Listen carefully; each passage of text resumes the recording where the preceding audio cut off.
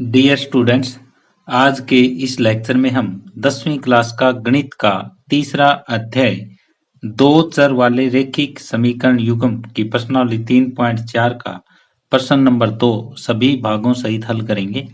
तो यहाँ प्रश्न नंबर 2 है, निम्न समस्याओं में रैखिक समीकरण बनाइए और उनके हल विलोपन विधि से ज्ञात कीजिए। तो यहाँ हमें दिया हुआ है पहला पार्ट कि एक भिन्न के अंश में एक जोड़ दें तथा हर में से एक घटा दें तो भिन्न एक में बदल जाती है, और यदि हर में एक जोड़ दें तो यह 1/2 हो जाती है। तो भिन्न क्या है? तो जब भी कोई भिन्न का क्वेश्चन आ जाए तो आप सबसे पहले भिन्न मानो x/y। माना जो भिन्न है वो x/y हमने मान ली। अब पहली शर्त क्या कहता है?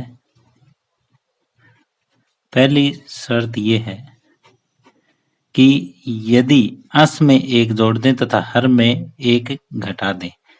अंश में हमने एक जोड़ दिया, हर होता है नीचे वाला, हर में से एक घटा दिया तो यह 1 हो जाती है। तो इसको हम सोल्व करें तो ये क्या होगा, आर पार गुणा कर लो, x + 1 बराबर y - 1, ये इधर गुणा हो जाएगी। तो x y को एक तरफ ले जाओ, x - y बराबर -2, ये समीकरण 1 बन जाएगी। अब देखो दूसरी शर्त क्या है। दूसरी शर्त ये है,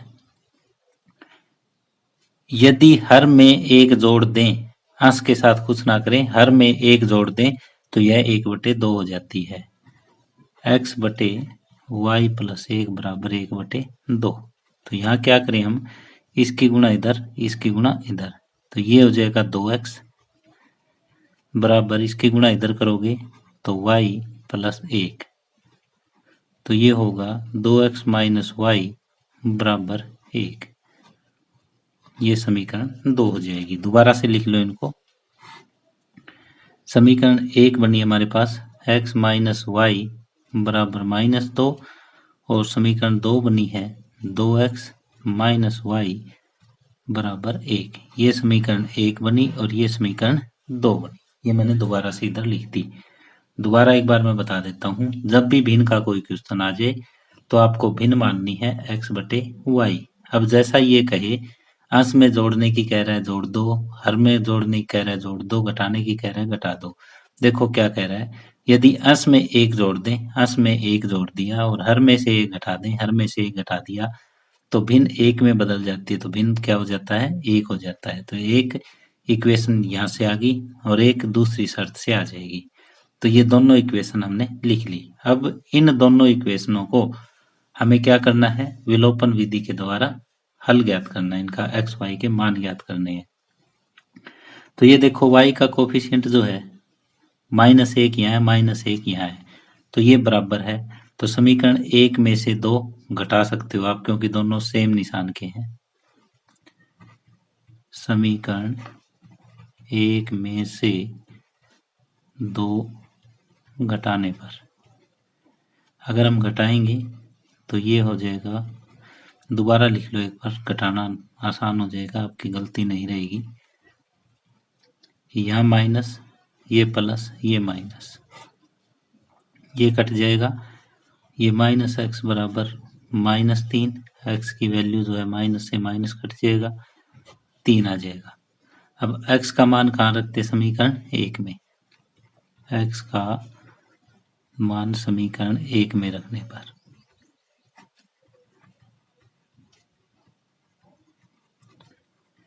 एक में रखेंगे तो ये हो जाएगा 3 - y बराबर -2, -y बराबर -2, इस 3 को उधर भेज दो, -3 हो जाएगा, -y बराबर -5, इससे ये कट गया, y की वैल्यू 5।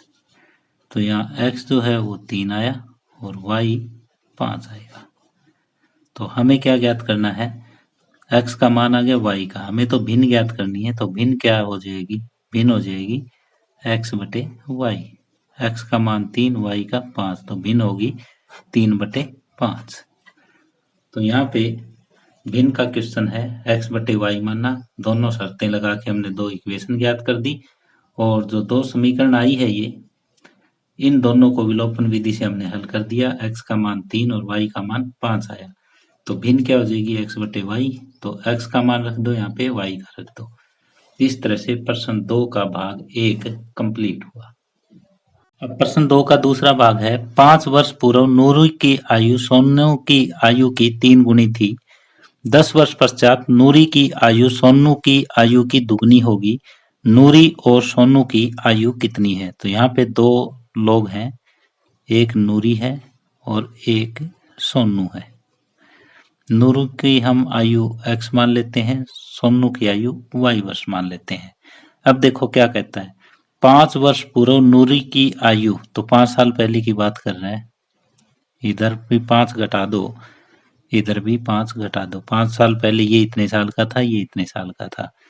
नूरी की आयु सोनू की आयु की 3 गुनी थी, तो सोनू की आयु को 3 से गुणा कर दें तो वो नूरी की बराबर है। अब पढ़ो, 5 साल पहले नूरी की आयु सोनू की आयु की 3 गुनी थी। 10 वर्ष पश्चात, यानी ये भी 10 साल फालतू और ये भी 10 साल बाद, नूरी की आयु सोनू की आयु की दुगनी होगी। तो ये नूरी की आयु सोनू की आयु की दुगनी होगी। तो अब आगे हमें ये क्वेश्चन लिखना है। क्वेश्चन हमें समझ आ गया। नूरी की वर्तमान आयु x, सोनू की वर्तमान आयु y, 5 साल पहले का ये समीकरण बनता है और 10 साल बाद का ये बनता है। तो अब इसे हमें केवल लिखना है क्वेश्चन को। तो माना नूरी की आयु है वो x वर्ष है और सोनू की आयु हम मान लेते हैं, सोनू की आयु ये हो जाएगी y वर्ष। अब शर्तानुसार दो शर्तें हैं हमारे पास, कौन कौन सी, कि 5 साल पहले नूरी इतने साल का है और सोनू y माइनस 5 साल का है और ये इससे तिगुना है। नूरी सोनू से तिगुना है तो सोनू को 3 से गुणा कर देंगे, तो x माइनस 5 बराबर 3y माइनस 15 हो जाएगा। x माइनस 3y बराबर minus 15 plus 5, x minus 3y बराबर माइनस 10 हो जाएगा। एक समीकरण आपके पास आई। अब दूसरी शर्त क्या है, दूसरी शर्त देखो क्या है। दूसरी शर्त हमारे पास ये है, x प्लस 10 बराबर y प्लस 10 और ये इसका दुगना है। तो x प्लस 10 बराबर 2y प्लस 20। ये मैंने स्पीड से इसलिए लिख दिया क्योंकि मैं यहाँ पे आपको समझा चुका हूँ ये चीज। x माइनस 2y बराबर 20 माइनस 10, x माइनस 2y बराबर 20 में से 10 जाएंगे 10, ये समीकरण 2 बनी। तो इन दोनों को यहाँ पे दोबारा से लिख लेता हूँ मैं कि x माइनस 3y बराबर माइनस 10, एक समीकरण तो ये आई थी और एक ये आई थी कि x माइनस 2y बराबर 10, दूसरी समीकरण ये आई थी। अब विलोपन विधि द्वारा इनको हल करना है। तो विलोपन विधि में x का गुणांक या y का गुणांक एक बराबर होना चाहिए, तो यहाँ x का गुणांक हमारे पास बराबर है। तो समीकरण 1 में से समीकरण 2 घटाने पर, समीकरण 1 में से 2 घटाने पर क्या हो जाएगा, दोबारा लिख लो, ऐसे गलती होने के चांस होते हैं। x माइनस 2y बराबर 10, तो ये माइनस हो जाएगा, ये प्लस हो जाएगा, ये माइनस, इससे ये कट हो जाएगा। माइनस 3y में प्लस 2y जोड़ोगे तो माइनस y हो जाएगा बराबर माइनस 20 और y की वैल्यू जो है माइनस से माइनस हट जाएगा 20। अब y का मान जो है वो समीकरण 2 में रख देंगे। y का मान समीकरण 2 में रखने पर अगर y का मान समीकरण 2 में हम रखते हैं, 1 में भी रख सकते हो, मर्जी आपकी, तो ये हो जाएगा x माइनस 2 गुणा 20 बराबर 10, x माइनस 40 बराबर 10, x बराबर 10 प्लस 40, x की वैल्यू आ गई 50। तो यहाँ पे नूरी की आयु हमने x माननी थी, तो नूरी की आयु जो है, नूरी की आयु 50 वर्ष और सोनू की आयु है वो 20 वर्ष है। एक बार मैं रिपीट कर रहा हूँ कैसे है। आपको इक्वेशन मैंने बनानी सिखा दी थी, नूरी की आयु x मान के और सोनू की आयु y मान के, ये दो इक्वेशन आपने ज्ञात कर ली थी। अब इन दोनों इक्वेशन से विलोपन विधि का प्रयोग करते हुए x और y हमें ज्ञात करना है। तो विलोपन विधि से हमने x ज्ञात कर लिया 50 और y ज्ञात कर लिया 20। तो नूरी की आयु थी 50 वर्ष और सोनू की आयु है 20 वर्ष। ये वर्तमान आयु है दोनों की, नूरी की वर्तमान आयु 50 वर्ष और सोनू की वर्तमान आयु 20 वर्ष। तो इस तरह से प्रश्न 2 का भाग 2 कंप्लीट हुआ। प्रश्न 2 का भाग नंबर 3 है, 2 अंकों की एक संख्या के अंकों का योग 9 है। जब भी 2 अंकों की संख्या का जिक्र हो तो आप दाई का अंक और इकाई का अंक मान लें। माना दहाई का अंक, दहाई के अंक को मैं मान लेता हूं x और इकाई का अंक हम मान लेते हैं y। तो संख्या क्या हो जाएगी? संख्या हो जाएगी दाई के अंक को 10 से गुणा करो और इकाई का अंक उसमें जोड़ दो। जैसे संख्या ये 23 है तो यहाँ दाई का अंक 2 है, इकाई का अंक 3 है, तो दाई वाले को 10 से गुणा करके इकाई में जोड़ दोगे तो वो संख्या आ जाएगी आपके पास। तो दाई के अंक को मैंने 10 से गुणा कर दिया और उसमें इकाई का अंक जोड़ दिया। तो 2 अंकों की एक संख्या के अंकों का योग 9 है, यानी x प्लस वाई जो है वो 9 है। ये शर्तानुसार x प्लस वाई बराबर 9 है। इस संख्या का 9 गुणा, यानी जो संख्या आपकी आई उसका 9 गुणा, 10x प्लस वाई का 9 गुणा किसके बराबर है? देखो, संख्या के अंकों को पलटने से बनी संख्या का 2 गुना है। तो अंक पलटने पे संख्या ज्ञात करो पहले। अंक पलटने पर संख्या, ये क्या हो जाएगी? y की जगह x आ जाएगा, x की जगह y आ जाएगा, तो 10y प्लस x। तो अब इस पे आओ, इस संख्या का 9 गुना, तो ये जो संख्या थी इसका 9 गुना संख्या के अंकों को पलटने पे बनी संख्या का 2 गुना है। तो पलटने पे जो संख्या बनी वो तो ये बनी, तो इसका 2 गुना है 10y प्लस x। अब मैं दोबारा आपको समझाता हूँ। 2 अंकों की एक संख्या के अंकों का योग 9 है। तो अंक मैंने x और y लिए, तो x प्लस वाई बराबर 9। तो एक समीकरण ये बनी। इस संख्या का 9 गुना, संख्या थी 10x प्लस वाई, इसका 9 गुना अंकों को पलटने पे बनी संख्या का 2 गुना है। जब हमने अंकों को पलट दिया, x की जगह y, y की जगह x लिख दिया, तो संख्या होगी 10y प्लस x। तो ये इसका 2 गुना है। तो यहाँ से दूसरी समीकरण आएगी हमारे पास। तो ये हो जाएगा 90x प्लस 9y बराबर 20y और प्लस में 2x। तो सभी को एक तरफ ले आओ, 90x माइनस ये 2x हो जाएगा प्लस 9y माइनस 20y बराबर 0। 90 में से 2 जाएंगे 88x और माइनस 11y बराबर 0। तो यहाँ से आप 11 को दोनों तरफ डिवाइड कर सकते हो। तो ये हो जाएगा 8x माइनस, इसको 11 से भाग दोगे तो y बराबर 0। तो दूसरी समीकरण ये आई। अब हमें विलोपन विधि द्वारा इन दोनों समीकरणों को हल करना है। तो एक समीकरण हमारे पास क्या है? x प्लस वाई बराबर 9 है और दूसरी समीकरण है 8x माइनस वाई बराबर 0। ये समीकरण 1 थी और ये समीकरण 2, और इसको विलोपन विधि से हम हल करेंगे। तो कोफिशिएंट जो है x का यहाँ बराबर नहीं है लेकिन y का बराबर है। तो समीकरण 1 में 2 जोड़ने पर,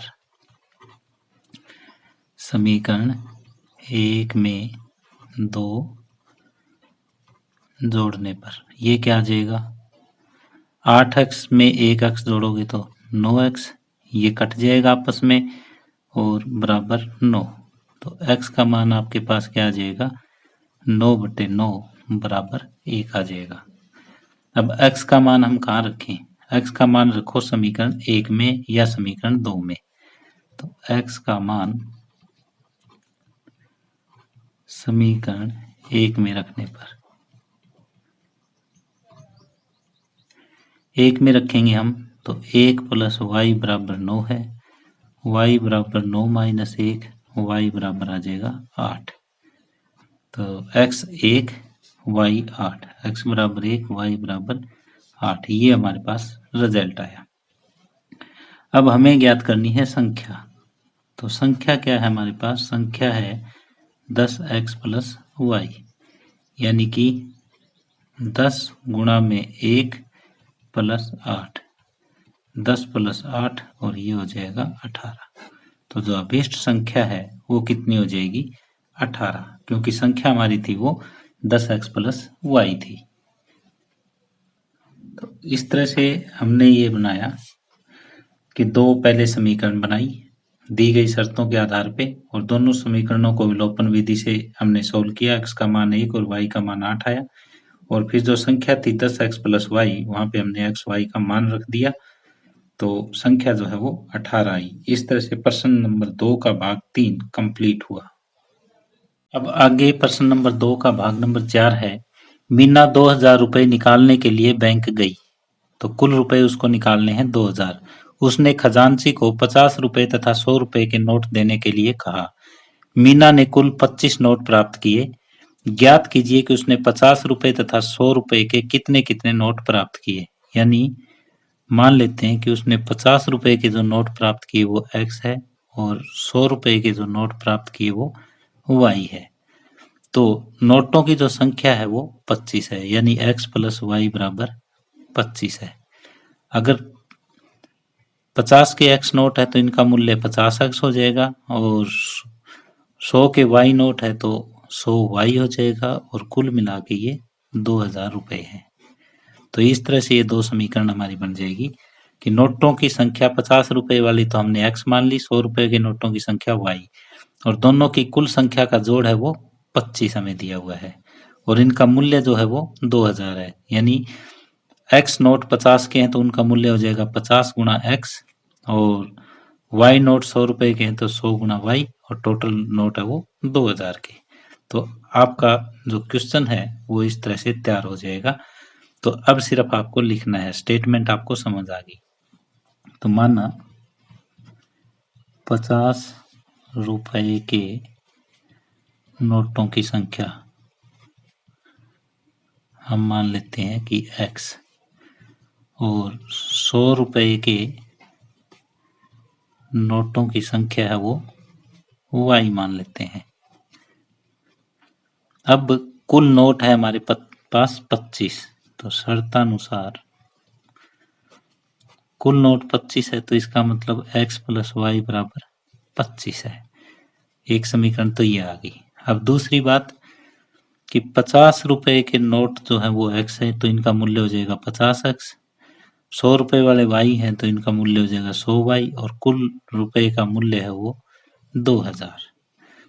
तो यहाँ से 50 आप डिवाइड कर सकते हो दोनों तरफ, तो ये हो जाएगा x, इसको 50 से भाग दोगे तो 2y और ये 40। तो एक समीकरण ये बनी, यानी एक समीकरण तो ये बन गई x + y बराबर 25। दूसरी समीकरण ये बनी x + 2y बराबर 40। अब विलोपन विधि द्वारा हमें x और y का मान ज्ञात करना है। अब क्या करेंगे? अब विलोपन विधि से x तथा y का मान ज्ञात करेंगे।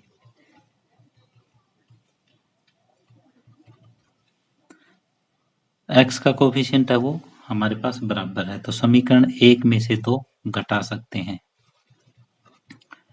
समीकरण 1 में से 2 घटाने पर ये क्या आ जाएगा, x से x कट जाएगा, y माइनस 2y।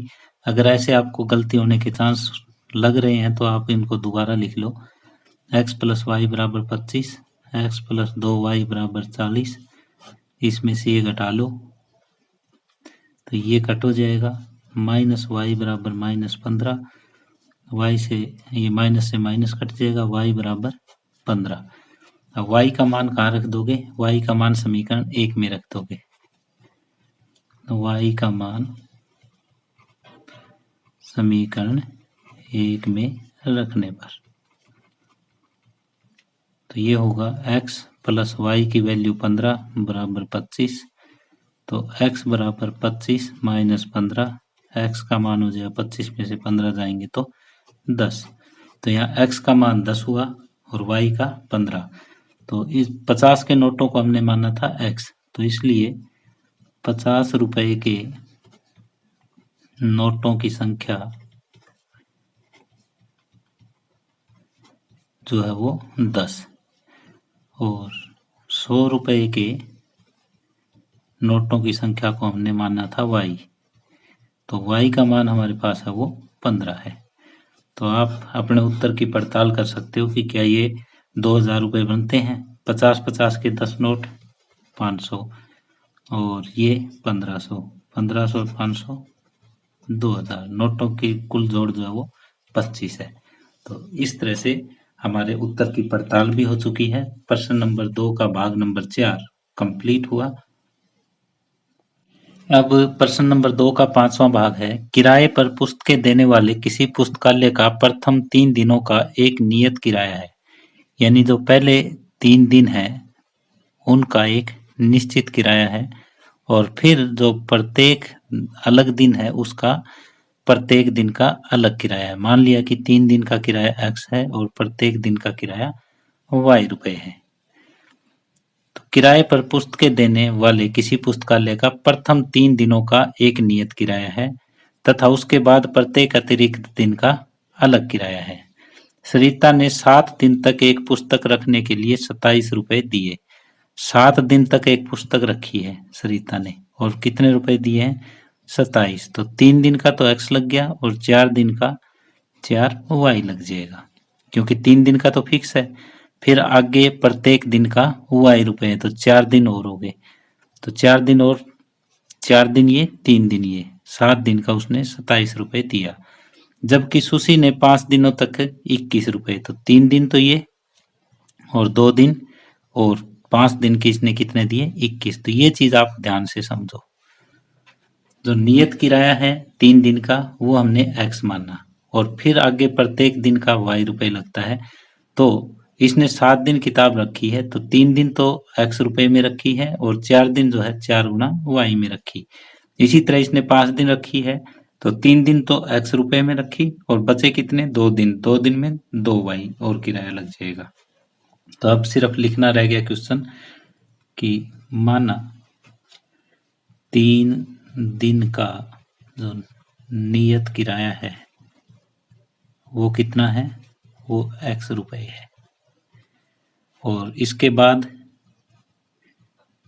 बाद प्रतिदिन का किराया ये हम मान लेते हैं कि y रुपए है। अब सबसे पहले कौन है, सरिता है। सरिता के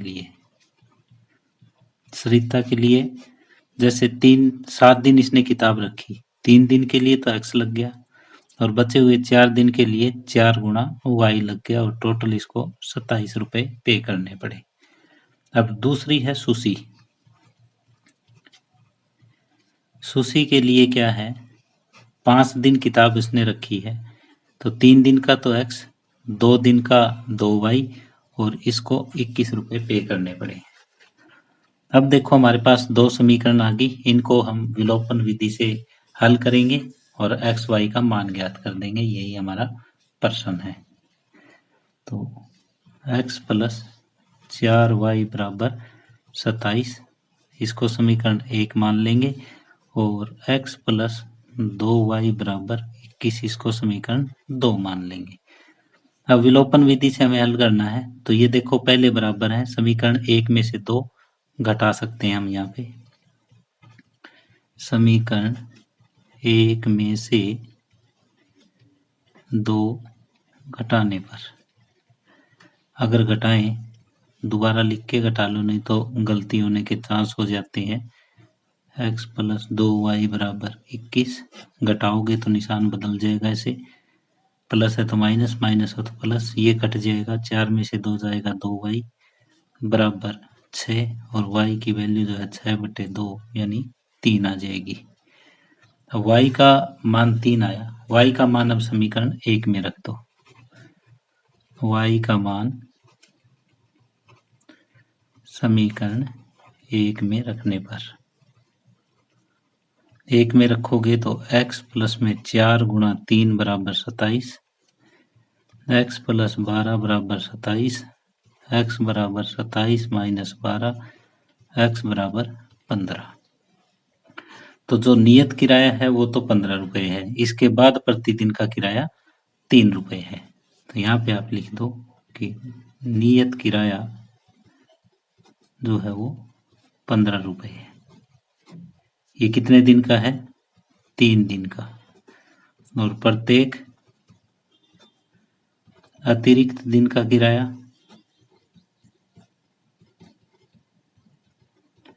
प्रत्येक अतिरिक्त दिन का किराया है 3 रुपए।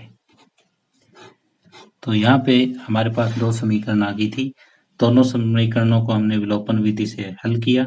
x का मान 15 और y का मान 3। तो x हमने मानना था 3 दिन का नियत किराया, तो इसलिए 3 दिन का नियत किराया जो है वो 15 रुपए और प्रत्येक अतिरिक्त दिन का किराया 3 रुपए आ जाएगा। तो इस तरह से प्रश्न नंबर 2 का भाग 5 कंप्लीट हुआ। डियर स्टूडेंट्स, आज का लेक्चर हम यहीं समाप्त कर रहे हैं। यदि आपको ये वीडियो पसंद आई हो तो प्लीज़ इसे शेयर करें और लाइक करें। यदि आप इस चैनल पे नए हैं या आपने अभी तक इस चैनल को सब्सक्राइब नहीं किया है तो प्लीज़ इस चैनल को सब्सक्राइब कर लें। धन्यवाद।